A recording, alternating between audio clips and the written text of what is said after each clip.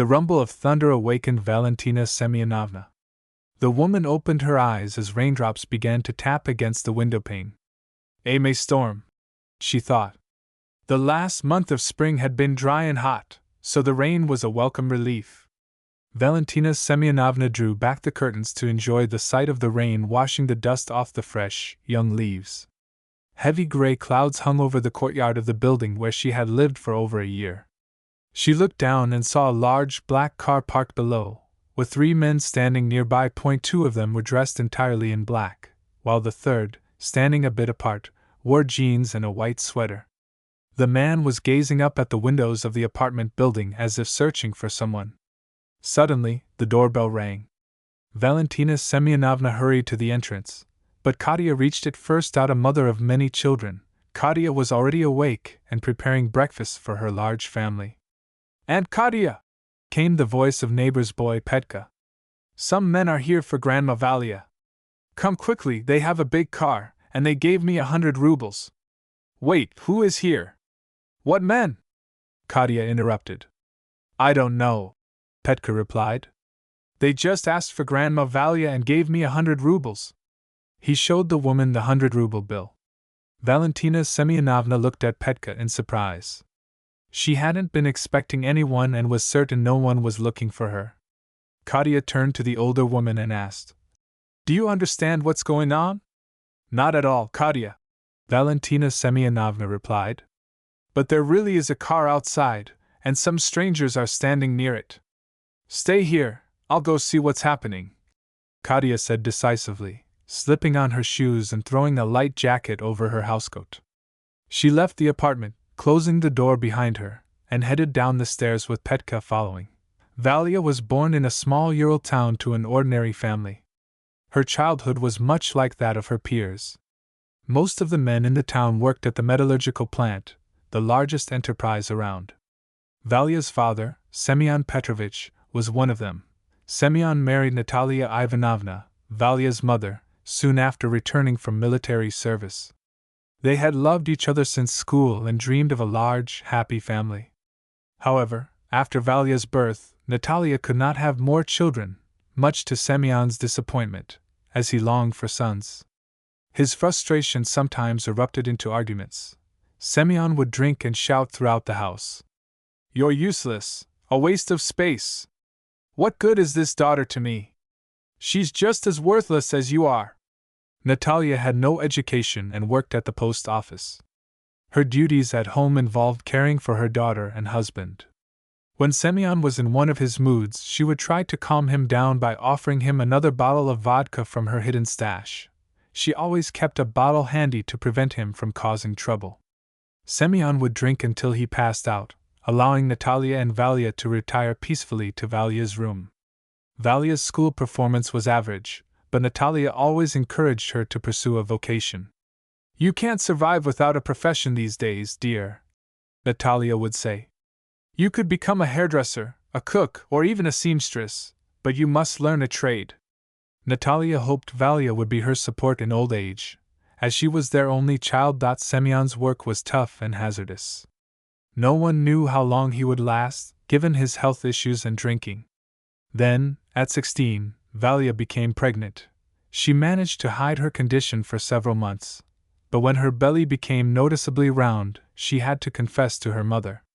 Natalia, trembling with fear, told Semyon. That evening, his shouts echoed through the house. "You little tramp!" he roared. "I'll beat the living daylights out of you and that bastard child!" He stormed around the apartment, threatening Valia and knocking things over. "You've disgraced us! What will people say now? That Semyon's daughter is a whore?" Natalia tried to calm him down. "Semyon, stop! Our daughter can't be upset right now," she pleaded. "She needs to stay calm." "Calm? She can fool around with men, but she can't handle the consequences?" Semyon shouted back. Natalia quickly retrieved a bottle of vodka from her hiding place and poured him a shot. "Drink, Semyon, drink and calm down," she urged. Semyon downed the drink, and Natalia refilled his glass. She knew that once he had enough to drink, he would settle down and hopefully not harm Valia.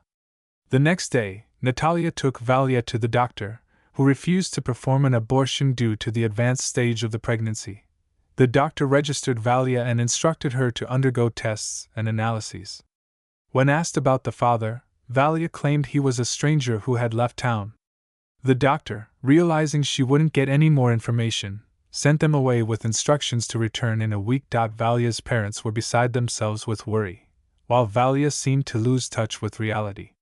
She spent her days sewing baby clothes from scraps of fabric and knitting tiny sweaters and booties. Her schoolwork suffered, and she often skipped classes, complaining of feeling unwell. All she could think about was the baby. "You've lost your mind, child," Natalia would scold. "Children should be born into loving, stable families. This isn't a doll or a pet, it's a human being who needs love and care. How do you plan to support this child?"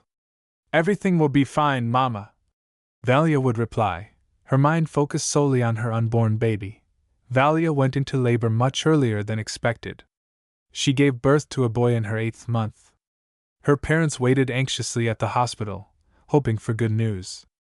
When the doctor finally emerged, they rushed to her. "How is our daughter?" Natalia asked, her voice trembling.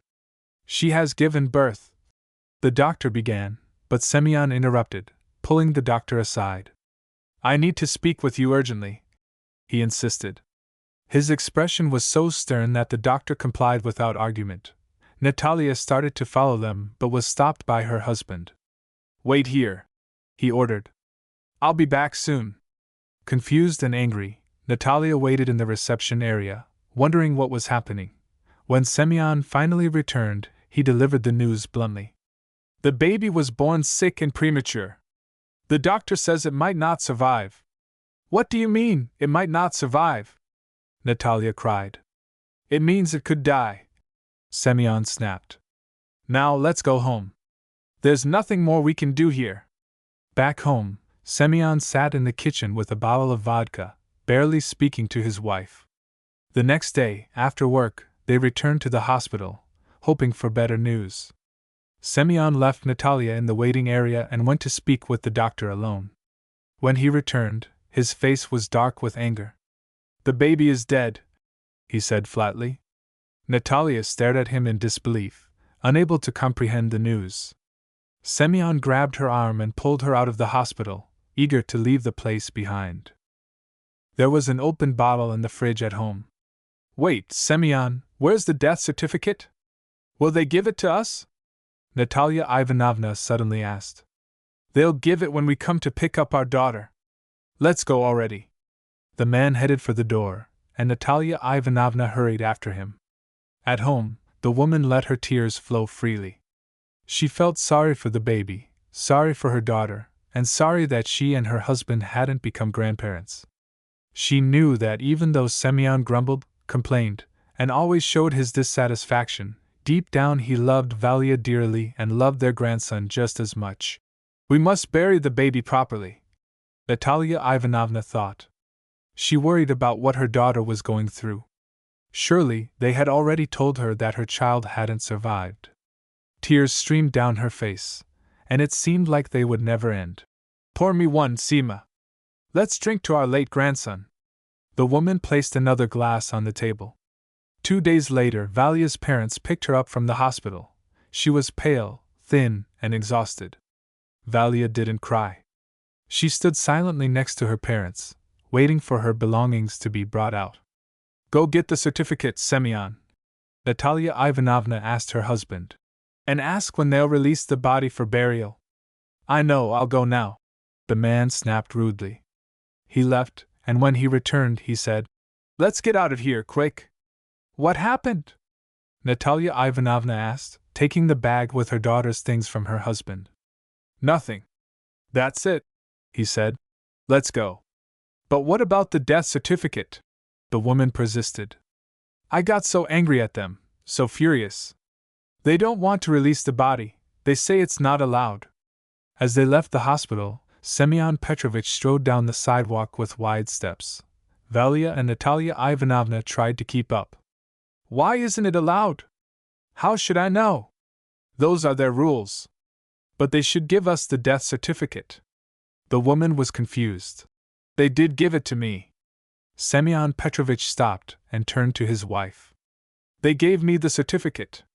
But I was so mad they wouldn't release the body that I tore it up and threw it in the doctor's face. Oh, Sima, why do you have to be so rude? You should have asked calmly. How can I talk to them calmly? They killed my grandson, my boy. And then they have the nerve to say it's our fault, that we raised our daughter poorly.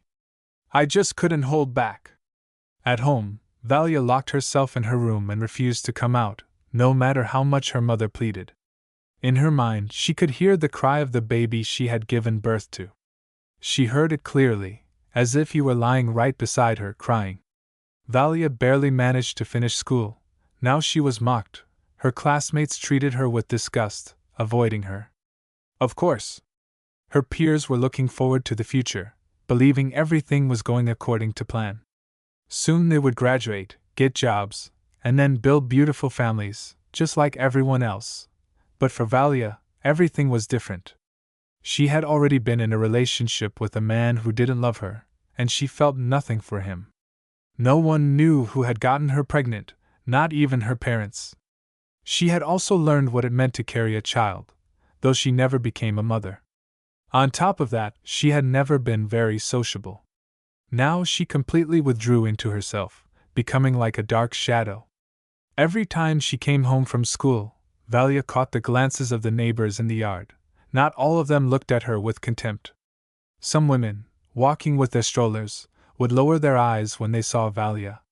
They were afraid to imagine what the young, failed mother was feeling, afraid to put themselves in her place even for a moment. After all, their strollers held living, healthy babies, while Valia's child had died, over a year past. Valia's mother hoped that the wound in her daughter's soul would gradually heal and that she would return to her old self. But something inside the girl seemed broken. She was bent under the weight of her suffering, and no matter how much Natalia Ivanovna tried to convince Valia to attend the graduation party, her daughter firmly refused. She only went to school to pick up her diploma, filled with mediocre grades, and returned home. A week later, the girl got a job as a cashier at a supermarket, and she refused to even consider going to college or trade school.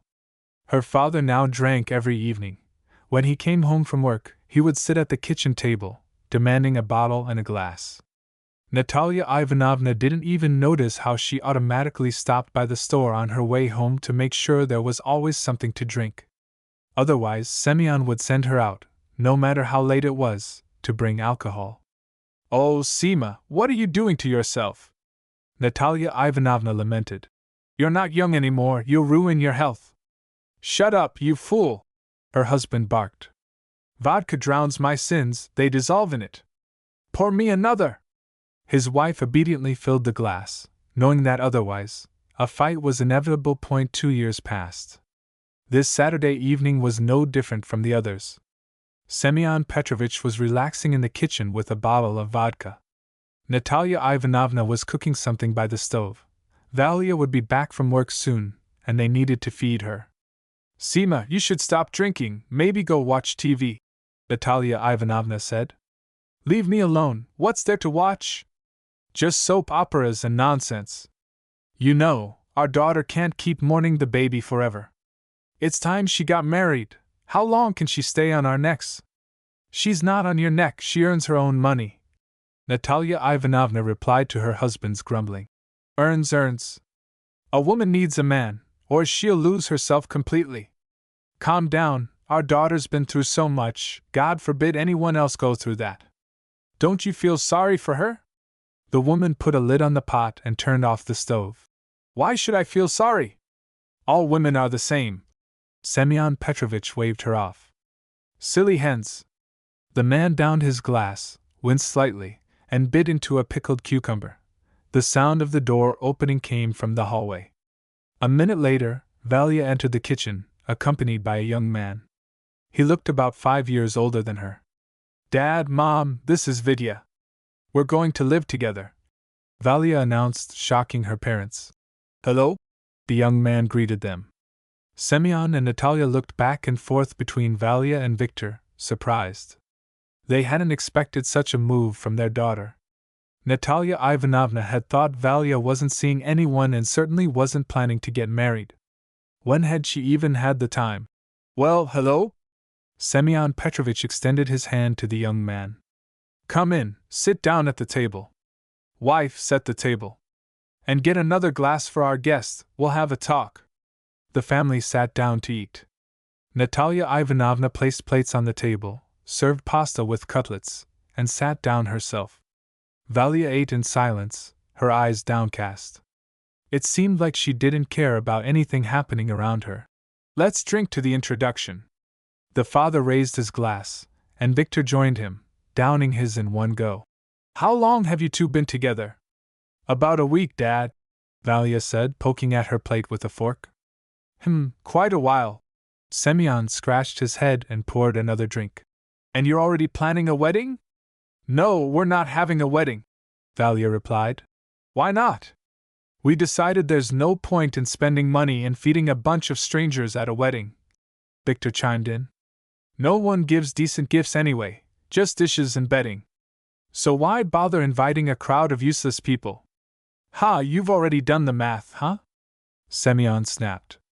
And you think it's normal to live without a wedding, is that it? Absolutely, Victor replied and drank again. No, wife, look at what they're doing. Semyon continued to fume, slightly drunk. I'll be the laughingstock at the factory. My daughter got married, and I didn't even treat the guys. Well, Semyon Petrovich, you can treat your colleagues to celebrate our future happy life, Victor said. Take them out somewhere, have a drink, some snacks. What does that have to do with us? It's your thing, not ours. Semyon stared at his future son-in-law, then slammed his fist on the table so hard that the plates jumped, and Victor's empty glass tipped over, rolled, and fell to the floor. Natalia Ivanovna rushed to get a broom and dustpan to clean up the shards. Quiet! The father barked. I decide who's involved and who's not here. Calm down, Sima. Natalia Ivanovna tried to soothe her husband, realizing that this spark of anger could ignite a serious fight. God forbid the future son-in-law and father-in-law start brawling. Semyon Petrovich drank again, calmed down a bit, and continued the conversation. So, where are you planning to live? Dad, Vidya has a one-bedroom apartment, it's enough for us, Valia replied. She seemed emotionless, not reacting to her father's displeasure. She didn't care. The girl calmly got up from the table and poured tea. She placed cups in front of Victor and Semyon. Drink tea instead, or you'll both get completely drunk. So, you have a place to live? Good. The man nodded. And where do you work? Not at the factory, I hope? No, sorry, the factory's not for me, Victor replied. I have a stall at the market, selling clothes. I go to Moscow, buy cheap, sell for more. A hustler, huh? Semyon interrupted. Why a hustler? Victor objected. I'm an entrepreneur. Same thing. Semyon waved his hand. He paused, then asked in a more peaceful tone. So, is this love or what? Semyon Petrovich, love isn't the main thing these days, Victor replied. What's much more important is that a husband and wife trust each other, support one another, and earn money. In the old days, girls were married off without any love, and it was fine.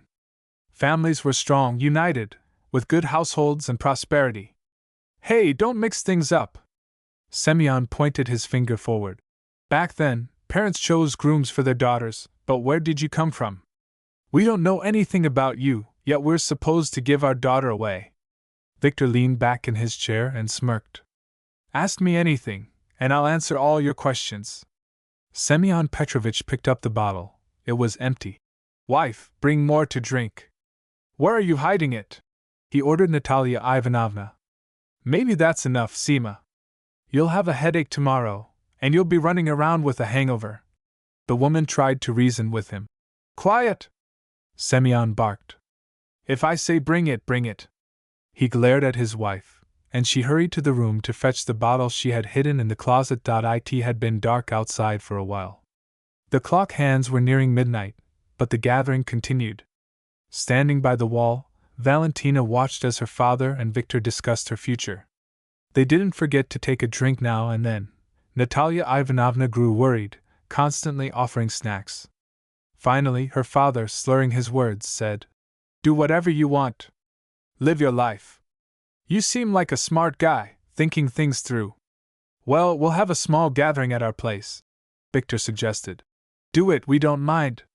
We'll even stop by for a bit," Semyon agreed. "Right, Valyusha?" Valentina shrugged. She didn't care. As they said goodbye, the future son-in-law and father-in-law hugged in the hallway for a long time, shaking hands and barely standing, leaning against the walls. And so, the engagement took place, and Valentina became a bride. A month later, about 20 people gathered in their apartment.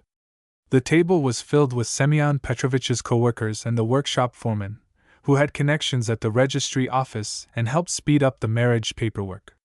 There were also some distant relatives of Natalia Ivanovna. After sitting with the guests for appearances, kissing a couple of times to the shouts of "Bitter!" Valia and Victor left for the groom's apartment. Once the door closed behind them, a tipsy Semyon Petrovich declared loudly, "Now no one can say my daughter is some loose girl who got knocked up by who knows who. She's a married woman now. That's how it's done." The capital greeted the new day. Highways, streets, and avenues gradually came to life, filled with cars and people rushing somewhere. A warm summer rain had fallen during the night, washing the dust off the asphalt, which had been scorched by the summer sun. Coming down the stairs, Olga was greeted by the housekeeper, Lena. "Good morning, Olga Vladimirovna. Shall I make you some coffee?" "Don't trouble yourself, Lena, I'll do it."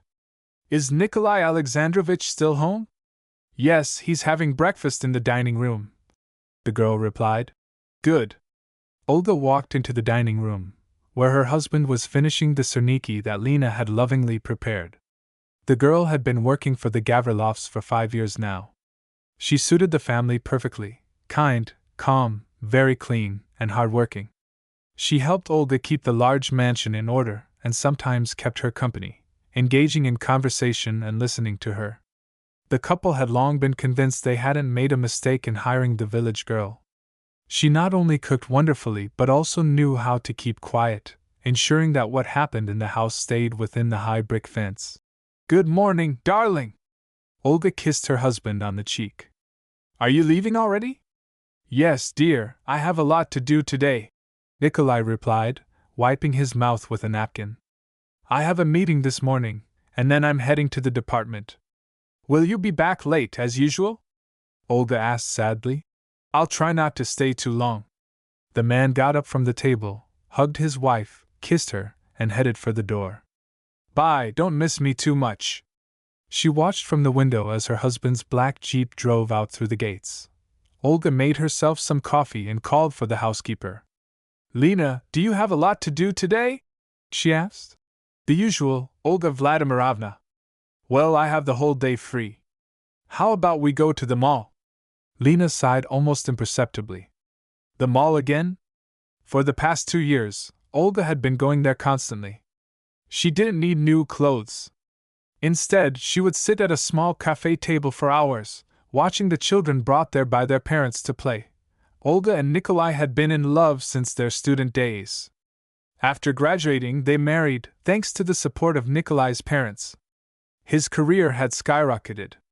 He quickly took over his father's position as CEO of a large metal processing company. He had inherited the role when his father decided to step back and enjoy a quiet life in a country house by the river. Olga didn't need to work. She devoted herself entirely to her passion, pottery. In the garden, they had built her a small studio where she created beautiful pieces by hand: cups, jugs, vases, plates. The family lived in absolute comfort, able to afford anything they wanted. But for 10 years now, Olga and Nikolai had been trying in vain to have a child. All attempts had failed. Olga suffered the most from her inability to conceive. She increasingly visited the mall, unable to tear her eyes away from other people's children. Among them could have been her own child. "Olga Vladimirovna, why do you keep breaking your own heart?" Lena exclaimed. "I can see these trips don't calm you, they only upset you more. Let's tidy up the flower garden. The roses have dried up, they need pruning." The gardener will come after lunch and take care of it, Olga replied. Then maybe we can go to the pottery studio. No inspiration, Lena. Olga set her empty cup on the table. I'll be ready soon. Half an hour later, they were on their way to the city center. Olga had a few chocolates and candies in her bag, which she handed out to children at the mall. After spending about 3 hours at the play area, the women headed home. On the way, they stopped by a church, where Olga prayed for a long time. Lena felt deeply sorry for her. She would have been the most caring, loving mother, the housekeeper thought, watching Olga leave the church. Gavrilov speaking. Nikolai Alexandrovich, greetings. A voice came through the phone, a partner from the South Urals. How are you? Sukhov, hello, my friend. Nikolai Alexandrovich was pleased to hear from his friend and partner, but he immediately felt a chill run down his spine. Everything's fine. What's going on? Any problems at the plant? No, don't worry. The voice on the other end reassured him. I have some news for you. Hopefully, it'll make you happy. Go on. Remember when you visited our orphanage with charity donations? Of course. Do you remember Maria Fedorovna, the orphanage director? How could I forget? Such a striking woman. Nikolai laughed. Well, she called me yesterday. She said there's a boy there, just the kind you wanted. Blue-eyed, fair-haired, though a bit weak in health. But that's only because the orphanage can't provide proper treatment. He's very bright for his age. How old is he? Nikolai asked, feeling his heart race. 2 years old. He was left at the hospital right after birth. There's a relinquishment document, so there won't be any issues. A couple is already considering adopting him, but Maria Fedorovna remembered you. She said that family wouldn't give the boy a good life, but if anyone should take him, it's you. Sukhov, tell her not to make any decisions yet. I'll call you tomorrow. All right, I'll wait. Nikolai hung up, deep in thought. Adoption had been discussed in their family before, but Olga wanted a newborn. This was a 2-year-old boy with his own personality. Either way, I need to tell Olga about Sukhov's call. He picked up his phone and dialed his wife. Alia, are you home?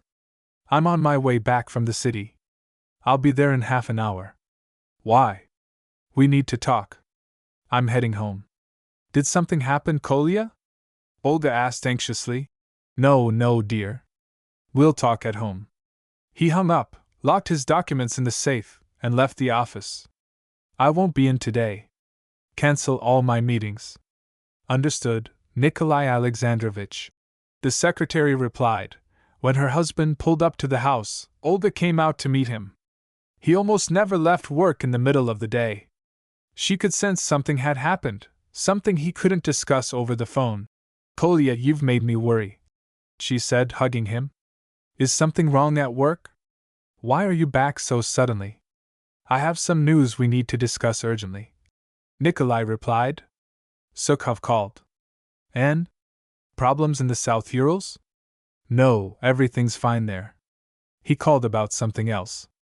Let's go inside. Nikolai led his wife by the arm toward the door. They settled in the living room. Lena brought tea and set it on the table in front of the couple.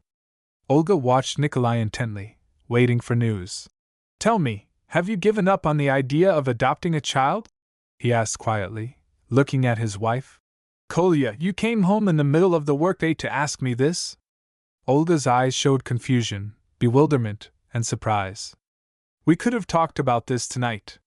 No, we couldn't. Sukhov called. There's a boy at the South Ural orphanage, very bright, good-looking. Oh, Kolya! Any orphanage you go to will have a bright, good-looking boy, Olga exclaimed. Why South Ural? I don't know, Olenka. But when Sukhov told me the orphanage director wants us specifically, my heart started racing. I got so excited and really wanted to talk to you. The thing is, there's a family from that city who wants to adopt him. You know how it is, it's the provinces, the Urals. A place where a child won't get a good education or opportunities. He'll grow up in a working-class family. What kind of future can they give him? And you, want to take on the education of someone else's child? Is that all you care about? Olga snapped. You misunderstood me. I want to raise a son, to give him the best of everything, including my love and care. Don't you want the same? But we wanted a baby. Alia, 2 years old, is still a very young age. We can raise him as our own. He'll be ours, and he'll never know he was adopted. Olga stood up and walked to the window. Her gaze fell on the lawn in the garden. That's where their son could have been playing. When do we need to go? She asked without turning around. As soon as possible, Nikolai replied. I'll call the airport and book the tickets.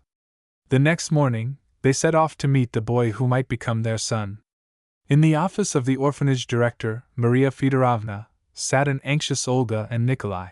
Don't worry so much, Olga Vladimirovna. They'll bring the boy in soon. Would you like some tea or coffee? But the guests from the capital declined. They were too eager to meet the child. Then let me tell you a little about Vanya. Maria Fedorovna pulled out the boy's file. Vanya had been left at the South Ural maternity hospital. His mother, 16-year-old Valentina Semyonovna Korolenko, had signed the relinquishment papers. The boy was born prematurely and spent a month in the hospital before being transferred to the city children's hospital, as per procedure, and then to the orphanage. I'll never understand how someone can abandon their own child, one they carried under their heart for so long, Olga said sadly. Situations are different, Olenka Vladimirovna, the director replied. Not everyone is ready for motherhood. In such cases, it's better for strangers to raise the child than a neglectful mother. Yes, Olga sighed. And that neglectful mother won't come looking for her son later. She hasn't shown up so far, Maria Fedorovna said. We stay in touch with the maternity ward. That's where our children come from. No one has inquired about Vanya. Vanya, who gave him that name? Nikolai asked. We did, the director replied, then quickly added. But if you don't like it, you can change it. You have that right. We'll think about it, Nikolai said. A caregiver entered the room, holding the hand of a little boy. He was pulling a toy car on a string behind him. The Gavrilovs watched the child closely. He was fair-haired, with beautiful blue eyes. Vanya looked like he had stepped out of a children's book, the kind of child artists depict in poems and stories. Olga was the first to approach him. Hello, what's your name? She asked, crouching down to his level. Vanya, the boy replied without a hint of fear. I'm Olga Vladimirovna. And this is Nikolai Alexandrovich. Vanya looked at the man. How old are you, Vanya? Olga asked. The boy held up 2 fingers and said loudly, 2. The adults laughed at the adorable sight of the child confidently announcing his age. Vanya stepped forward and handed Olga his toy car. Do you like playing with cars? She asked. Yes, the boy replied loudly. Would you like to go somewhere where there are lots and lots of cars, and they'll all be yours? Vanya nodded. He wasn't afraid of the adults watching him. He seemed natural, confident. Olga caught herself thinking that if she had met him under different circumstances, she would never have guessed he was abandoned by his mother and raised in an orphanage. Her perception of orphans had been completely different. When Vanya was taken away, Nikolai and Olga exchanged glances. In their 10 years of marriage, they had rarely disagreed. Their opinions on various matters had always aligned.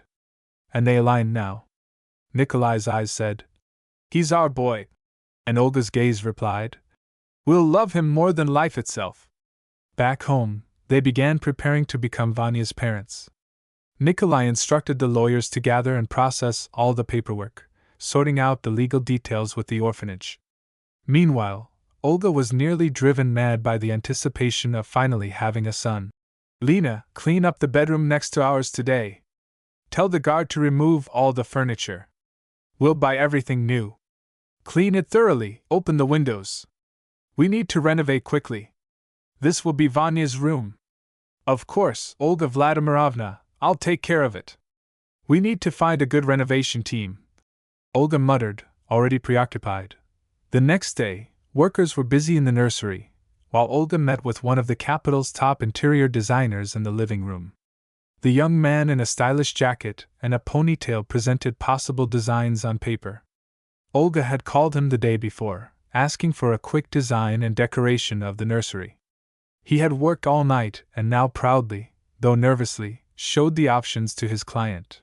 "I like this one," Olga said, pointing to a design of a snow blue room. "Great choice, lots of light, space, and air. But, Olga Vladimirovna, all the furniture here is custom made. It'll take some time." "How much time?" she interrupted. "About a month. You have 2 weeks. Everything must be ready by then." "Understood," the designer replied, though his voice lacked confidence. "Alexei, if you need extra payment for speed, name any amount. The room must be ready by the time our son arrives." "I understand, Olga Vladimirovna. I'll make it happen." For 2 weeks, while the lawyers and designers worked on the Gavrilovs' requests, Olga rushed around shops and malls like a woman possessed. "Lena, get ready, we're going to the city," she would say, barely finishing her morning coffee. "Olga Vladimirovna, why do we need to spend so much time in the city every day? We can order everything online," Lena tried to argue. "You don't understand, Lena. I want to choose everything myself. I want to be the first to hold the toys and clothes that will belong to Vanya." Lena sighed and followed her mistress to the car, heading back to the malls where Olga swept toys, shirts, suits, shoes, and everything else that sparked her emotions off the shelves. 2 weeks later, Nikolai left for South Ural to bring Vanya home. Olga tried to wait patiently at home but couldn't sit still. She was afraid the boy might not like his new parents. What if they didn't get along? To distract herself, Olga imagined the happy days they would spend as a family, trips to the sea, teaching the boy to ski and skate. When Nikolai called from the airport to say they had landed and were on their way home, Olga went out to the garden. It was beautifully decorated with balloons and lanterns. On the lawn stood a large red battery-powered Jeep and a shiny tricycle. "What do you think, Lena? Will Vanya like it?" Olga asked. "Don't worry, Olga Vladimirovna. You and Nikolai Alexandrovich will be the best parents in the world. No need to stress." The time until Nikolai and Vanya arrived seemed endless. Finally, Nikolai's car pulled into the driveway. Olga approached her husband and the boy he was leading by the hand. "Hello, Vanya. Do you remember me?" Olga asked. "Yes," the boy replied, nodding. "You're my good boy." Olga hugged the child, tears welling up in her eyes. At that moment, she felt she was holding her happiness and was ready to do anything to give Vanya a childhood full of wonderful memories. Surprisingly, Vanya adapted to the family with ease. He never threw tantrums, was curious, and eagerly participated in whatever the adults were doing. He constantly hovered around Lena in the kitchen, where she endlessly prepared delicious serniki, pelmeni, and apple pies for him. In the garden, Vanya involved the guard and the gardener in his games. He zoomed around the garden paths in his jeep, chasing after the fleeing staff. In winter, they turned the lawn into a skating rink for Vanya.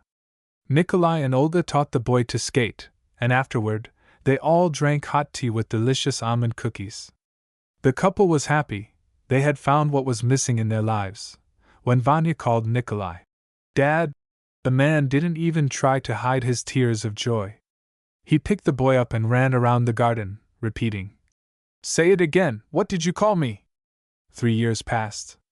The family celebrated Vanya's 5th birthday in grand style.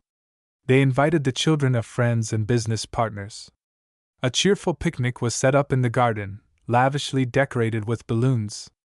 Clowns and mascots entertained the kids, and on the terrace, a mountain of colorful gift boxes grew with each new guest. Vanya was overjoyed. Olga and Nikolai greeted the guests, who couldn't stop saying, "You have a wonderful son!" Waiters circulated with glasses of champagne and snacks. The celebration ended with a fireworks display over the Gavrilov's garden, delighting the little guests. After the guests left, Nikolai put Vanya to bed himself. Before falling asleep, the boy made his father promise they would open the gifts together the next day. Tucking his son in with a soft blanket, Nikolai left the nursery and went downstairs to the living room. Olga was sitting in an armchair, rubbing her temples. "Are you feeling unwell, darling?" Nikolai asked. "My head hurts and I feel dizzy," Olga complained. "I probably drank too much champagne." I was just so nervous. Are you sure? Yes, I'll take a pill and go to bed. I'll feel better in the morning. Let's go to the bedroom. But the next morning, Olga didn't feel better. Nikolai postponed all his plans and took his wife to the hospital. That day would stay with him forever. The doctor who had been monitoring the Gavrilov family's health came out to Nikolai with a mysterious expression. What's wrong with her? Nikolai asked. Is she sick? Not a bit. The doctor smiled. She's perfectly healthy, just a little pregnant. Nikolai didn't immediately grasp the meaning of the doctor's words. He stared at him as if he were a ghost appearing in the middle of the night to confuse him. A little what? Nikolai asked.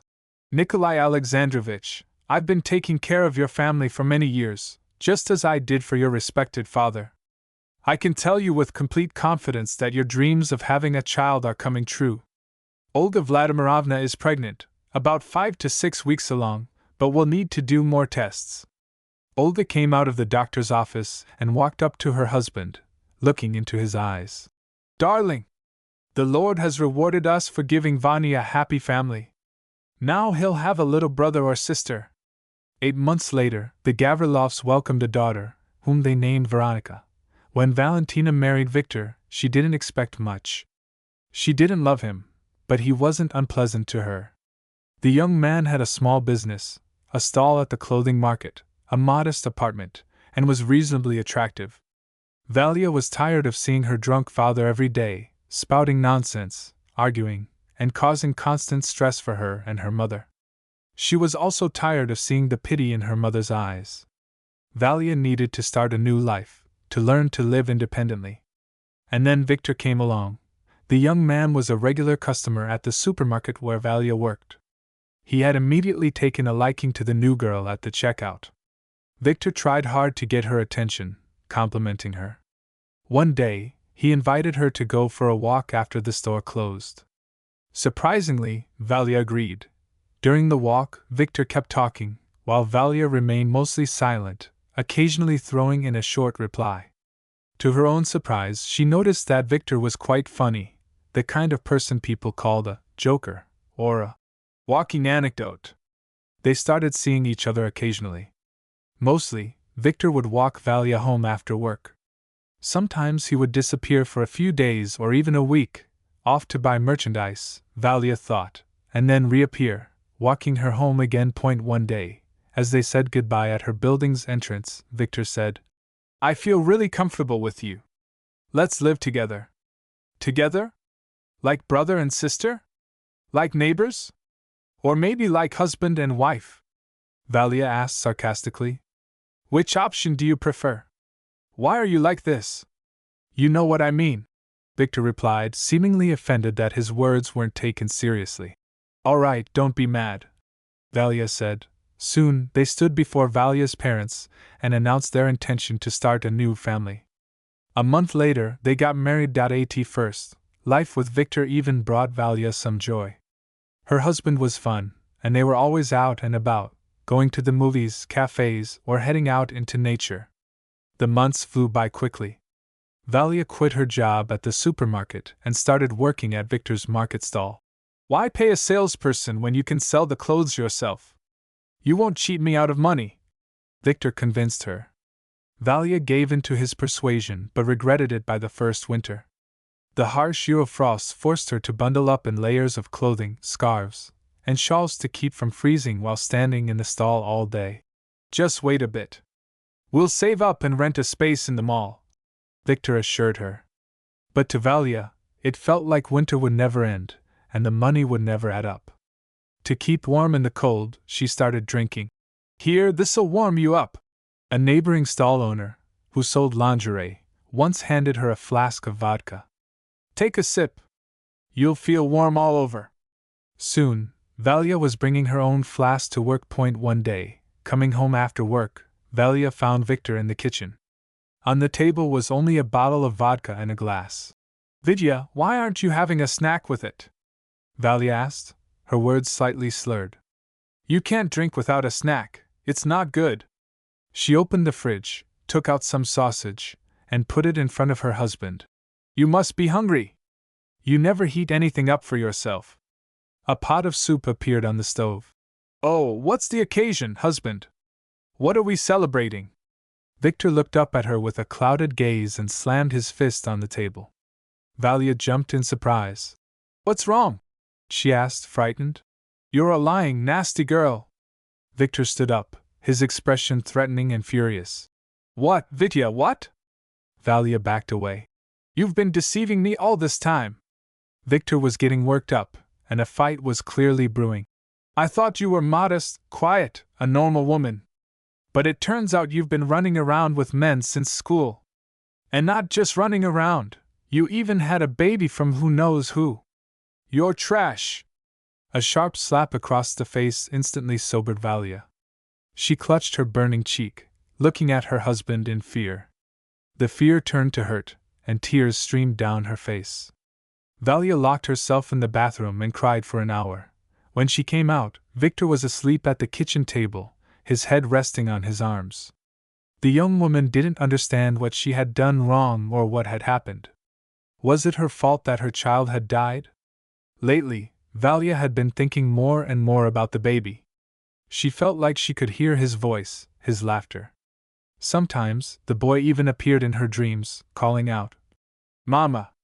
Valia's married life was turning into a nightmare.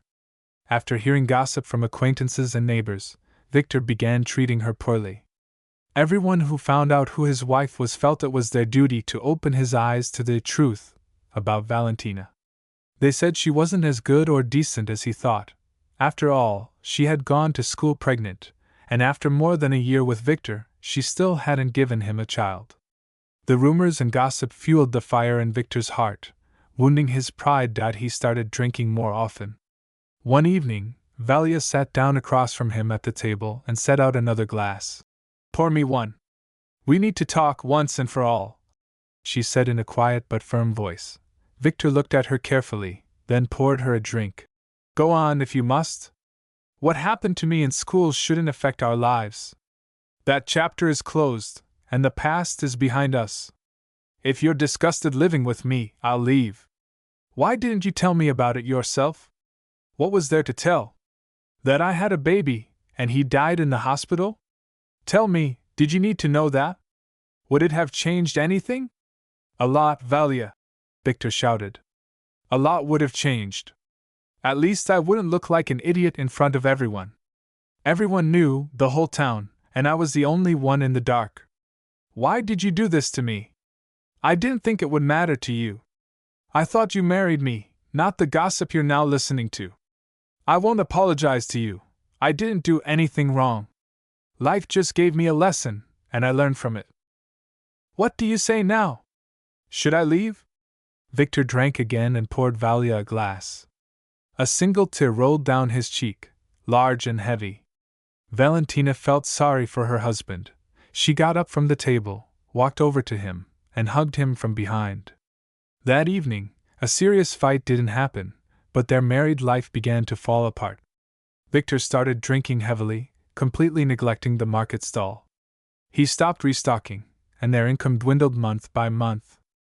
After 5 years, he had to close the business altogether.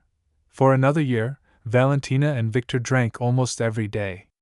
Sometimes, Victor would bring home drunk friends who would start fights, yell, and annoy the neighbors. Gradually, all their savings were spent, and they began selling furniture and belongings for pennies to buy more alcohol. In rare moments of clarity, Valia thought about ending this lifestyle. She would kick out the guests, clean the house, and tell herself, "Stop drinking, get your act together, change your life." But Victor would demand more alcohol, and the cycle would start again. This vicious circle might have never ended if not for one incident that changed Valentina's life. She was returning from the store with a bottle in her bag. Victor was waiting at home, but she didn't want to go back. Valia sat down on a bench in the park. Yellow leaves were falling quietly from the trees. It was one of those beautiful autumn days poets often write about, golden autumn. Valia thought about how she had made a mistake leaving the supermarket, working at the market, and marrying Victor. Suddenly, a tall man in a gray coat sat down beside her. "Autumn isn't a reason to be sad," he said, Either addressing Valentina or just thinking out loud, she turned and looked at him. He had a kind face and bright eyes with wrinkles at the corners. He looked about 20 years older than Valia. Maybe, she said, but there are plenty of other reasons. Plenty indeed. The stranger smiled. Valia felt like talking to this man. She wanted someone to comfort her, and the stranger seemed to sense it. Kirill Anatolyevich. He introduced himself, extending his hand. Valentina, she replied. His warm handshake stirred something in her, a strange, unfamiliar flutter. You know, Valentina, when my wife died, leaving me alone with our 2 daughters, I also sought comfort in what's in your bag right now, Kirill said, noticing Valia's surprised look. Yes, don't be surprised. I saw you coming out of the store. Valia shifted uncomfortably on the bench, embarrassed that someone had exposed her drinking. She always tried to hide it from neighbors and acquaintances, but this man had easily seen through her weakness. My girls were 5 and 3 at the time, Kirill continued. They were the ones truly suffering from losing their mother. And me? I just felt sorry for myself. When I realized I could lose my daughters too, that I'd be completely alone, I saw things differently. Drinking isn't the answer. You have to live for those who love you, who depend on you. It seems like there's no one for me to live for, Valia replied. No one loves me, and no one depends on me. She sighed, lowering her head. If only her baby had lived, she would have had a reason to live. But now, what was the point? For a husband who couldn't control himself and only cared about the bottle? You're wrong, Kirill said. You just can't see anything around you in the state you're in. What is there to see? My drunk husband? I know him inside out, Valia replied. If you want, you can keep living like this, or you can choose a different path, Kirill said calmly. You're young and beautiful. Why are you letting life ruin you? This isn't a life, Valia said. The conversation with Kirill became more and more interesting to her. She understood everything he was saying, but she hadn't found support like this before. Her existence felt meaningless. And you don't drink at all now? Not even a drop? Valia asked. Well, I do drink sometimes, Kirill admitted. On holidays, with good food. I love shashlik with red wine or cognac. It's a sacred thing, nature in all its beauty, a campfire, glowing embers, and the smell of meat. How can you resist a little drink then? Valia smiled. It's been ages since I've had shashlik. Want to fix that? Kirill offered. What? Why? Valia felt awkward, as if she were imposing on this kind man. Look at this wonderful weather. I've missed going out into nature myself. Trust me, you need this right now. All right, Valia said hesitantly. Great. Tomorrow at 1, we'll meet here and go to the river. Kirill stood up and offered his hand to Valia. See you tomorrow, she replied, smiling. Kirill walked away down the path, and Valia watched him for a while, realizing that nothing in life happens by chance. If fate had brought her to him, it must mean something. All the way home, Valia found herself smiling without realizing it. She hadn't felt this light and calm in a long time. When she got home, she was in a great mood.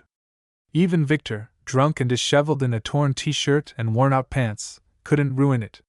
She put the bottle in front of him and said loudly, Here, get drunk. What about you? Sit down, mother, keep me company, Victor muttered. Screw you. Valia locked herself in the bathroom and stood under the shower for a long time. The warm water felt like it was washing away the traces of past pain from every cell of her skin. The next day, dressed in jeans and a jacket, Valia went to the park, where Kirill was already waiting. 2 teenage girls stood beside him. Meet Kira and Elena, my daughters. Kirill introduced them. Valia noticed he had started addressing her informally. Nice to meet you, she said. They headed to the river, where they found a cozy spot. Kirill set up the grill and pulled marinated meat, bread, and vegetables from his backpack. All right, girls, I'll handle the meat, and you take care of the rest, okay? He said, addressing Valia and his daughters. Got it, Dad, Elena replied. Valia noticed how capable Kirill's daughters were. They skillfully sliced cucumbers and tomatoes, arranging them on plastic plates. Do you work with Dad? Kira asked. No, Valia replied. We just met recently. Interesting, Elena said, eyeing her father's new acquaintance. We thought you might be a professor too. Is your dad a professor? Of course. He teaches at the institute, trains students, Kira said proudly. When the shashlik was ready, they all sat on a spread-out blanket that served as an improvised table. The picnic was a success. The girls were polite, though they didn't show much interest in Valia, which made her feel more at ease. Kirill poured tea from a thermos and handed it to Valia. With rosehip, he said. I prepare it myself. It's a very healthy, vitamin-rich drink. Thank you. You know, I feel so comfortable with you all, Valia admitted.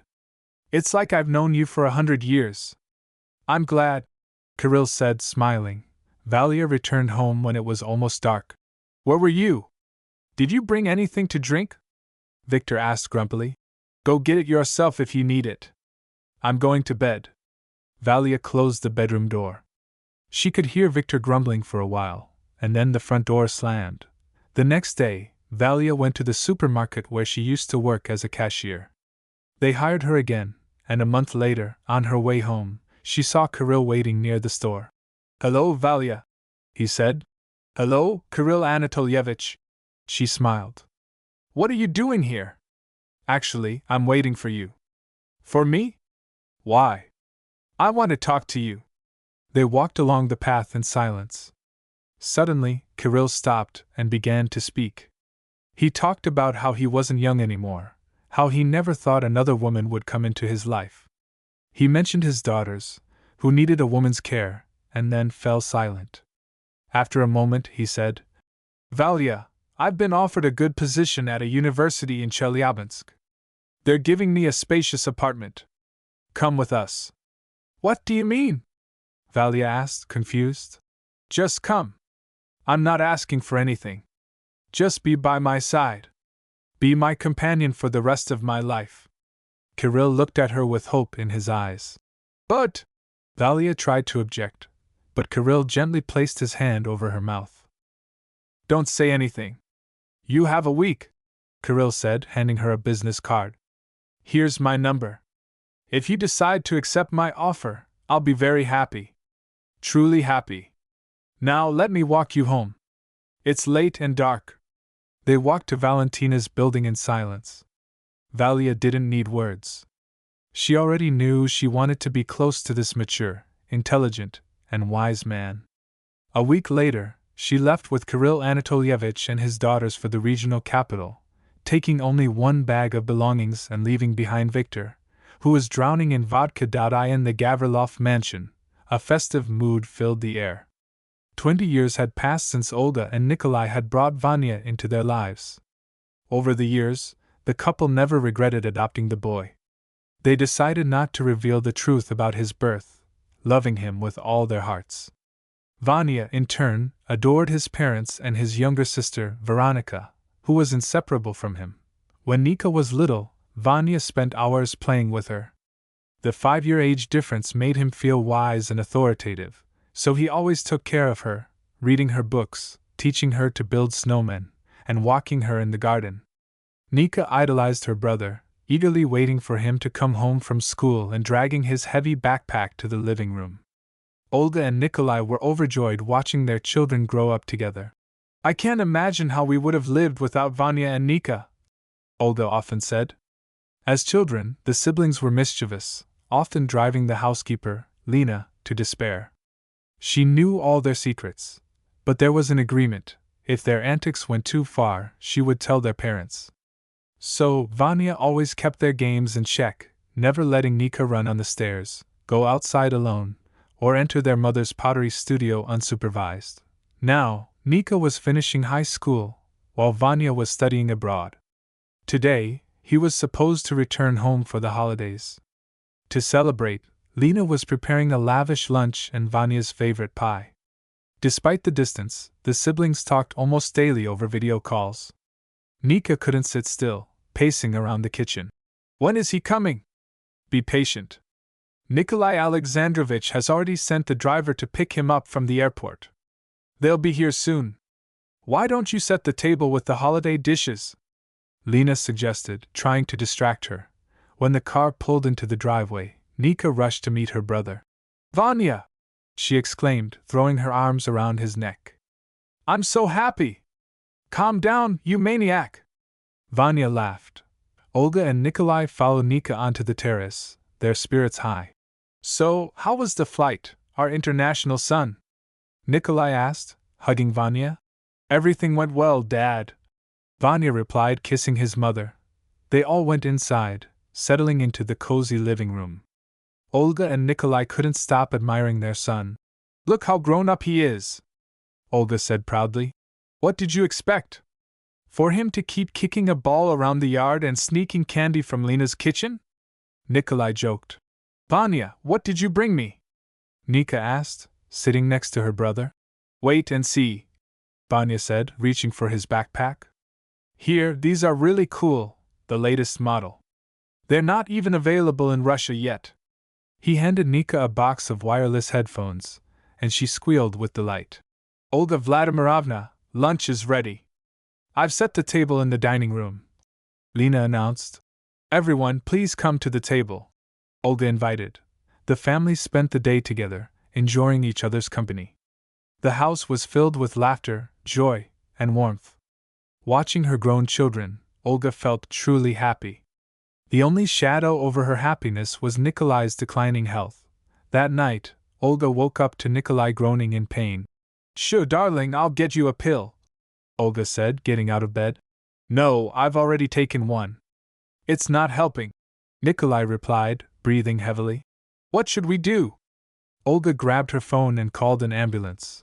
When the ambulance arrived, the whole family was awake. Vanya and Nika had no idea about their father's illness.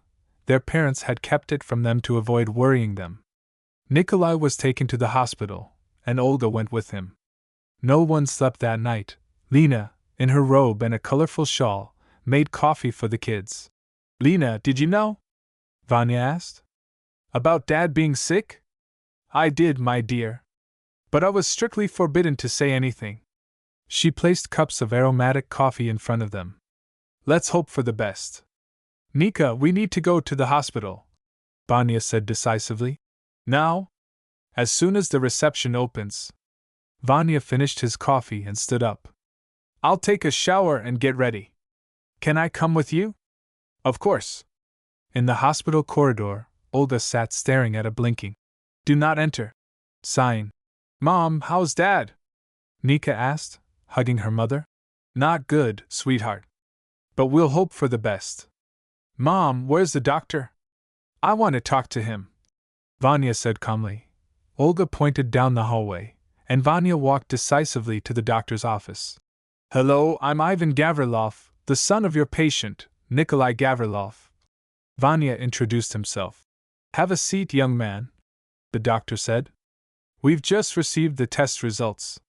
Your father is in critical condition. He's let the illness progress too far. Is there anything we can do? Vanya asked anxiously. Yes. He needs a donor. But finding one in such a short time is nearly impossible. Who can be a donor? Theoretically, close relatives or someone with matching indicators. Then let me be the donor, Vanya said, standing up. I'm his son. I should be a match. Your enthusiasm is commendable, but we need to run tests first. I'm perfectly healthy, Vanya insisted. I understand, but we need to be sure. If you're ready, I'll arrange the tests.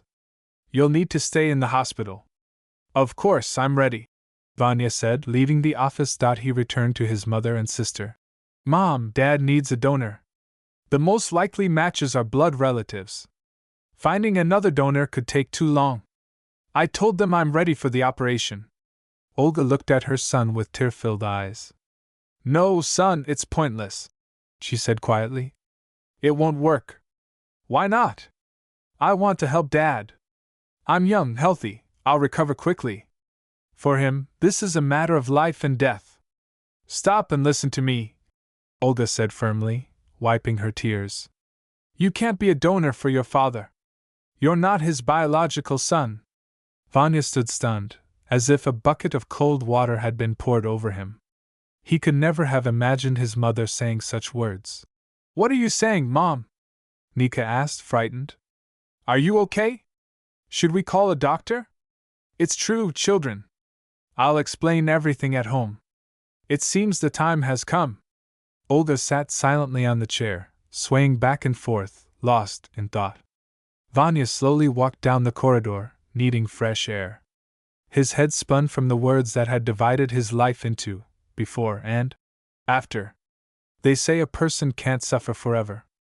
If God sends trials, pain, and suffering, He will eventually reward them with happiness, peace, and prosperity. This is what happened to Valentina. She had endured much: her alcoholic father, the loss of her child, and a husband who nearly dragged her into alcoholism. But fate gave her Kirill, a mature, wise, and educated man who became the closest and dearest person in her life. Moving to the big city with Kirill and his daughters, Valia felt she had finally escaped the suffocating grip of despair and disappointment. The family settled into a spacious 3-bedroom apartment. Kirill continued teaching at the university, while Valia took care of the household. He didn't want her to work, as his salary comfortably provided for the family. The girls adored Valia, happily helping her with meals and shopping. Valentina took care of the girls' neatness, making sure their school uniforms and clothes were in order every weekend. She was the first to hear all their secrets. Elena and Kira shared their school successes, failures, and even their crushes with her. It was Valentina to whom the younger daughter, Kira, confessed her love and plans to get married. At the wedding, Kira publicly thanked her stepmother. Thank you, Valia, for being with us all these years. Valentina and Kirill Anatolyevich lived together for over 20 years.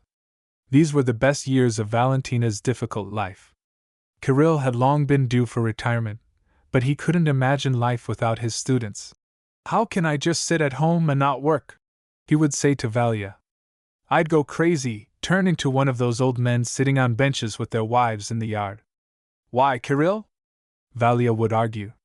She knew his heart was giving him trouble, and his blood pressure was unstable, requiring daily medication.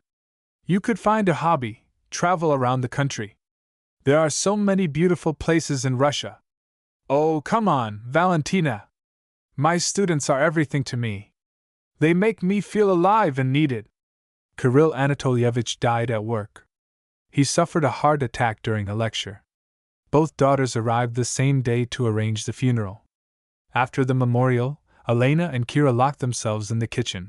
What should we do with the apartment? Elena asked her sister. Sell it, Kira replied. Until we inherit it, we can rent it out. A 3-bedroom in the city center is worth a lot.